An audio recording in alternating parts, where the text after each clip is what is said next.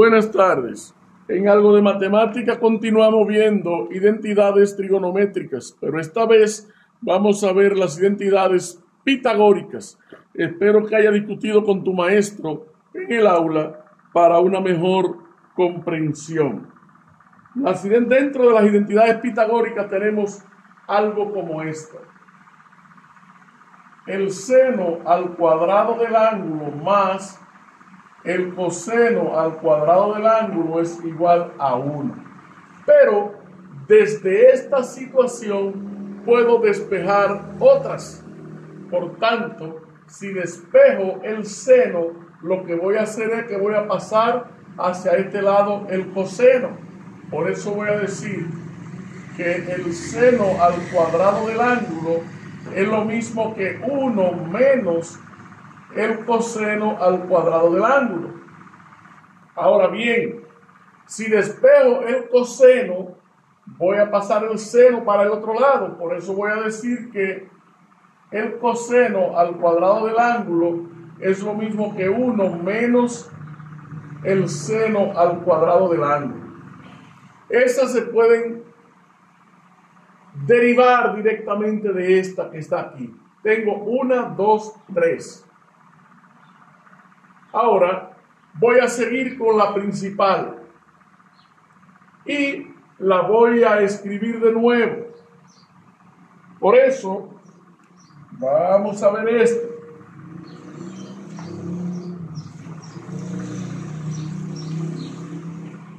Escribirla con este otro color para que se vea más claro. Voy a repetir la primera. El seno al cuadrado del ángulo más el coseno al cuadrado del ángulo es igual a 1. Pero mire, para hacer otra derivación, ahora yo voy a dividir entre el seno. Por eso voy a dividir todo entre el seno al cuadrado del ángulo. Seno al cuadrado del ángulo. Seno al cuadrado del ángulo. Y desde esa voy a decir, seno, cuando yo divido dos cosas iguales, ¿qué me da? 1 más coseno sobre seno. Acabamos de decir ahora mismo aquí que es la cotangente. Esto es la cotangente al cuadrado del ángulo. Pero 1 sobre el seno cuadrado, acabamos de decir ahora mismo que era la cosecante del ángulo, pero al cuadrado. Ahí tengo que la cosecante al cuadrado es igual a 1 más la cotangente al cuadrado. Pero de esta que está aquí voy a despejar la cotangente y voy a pasar el 1 para el otro lado. Voy a decir entonces que la cotangente al cuadrado del ángulo es igual a la cosecante al cuadrado del ángulo, y el 1 que está sumando va a pasar restando. Ahí tengo otras funciones que debo dominar. El que no tiene el dominio de estas funciones no puede hacer identidades. Voy a volver a repetir la misma primera, pero ahora la voy a dividir entre el coseno. Por eso voy a decir seno al cuadrado del ángulo más el coseno al cuadrado del ángulo es 1. Pero ahora en vez de dividir entre el seno, voy a dividir entre el coseno.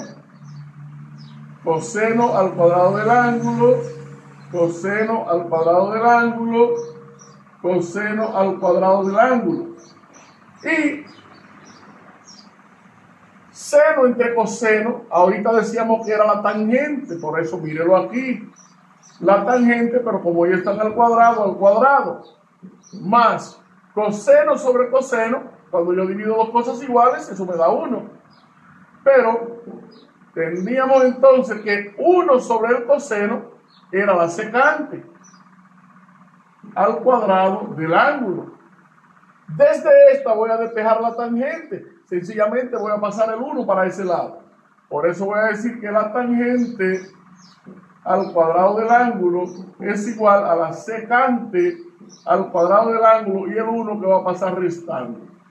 Esas son las identidades pitagóricas fundamentales. Debemos dominarla para poder pasar a ver el desarrollo de cómo convertir expresiones en expresiones más simples que se puedan trabajar con más facilidad. Siempre voy a ir convirtiendo todo lo que pueda en seno y coseno para poner la cosa más suave.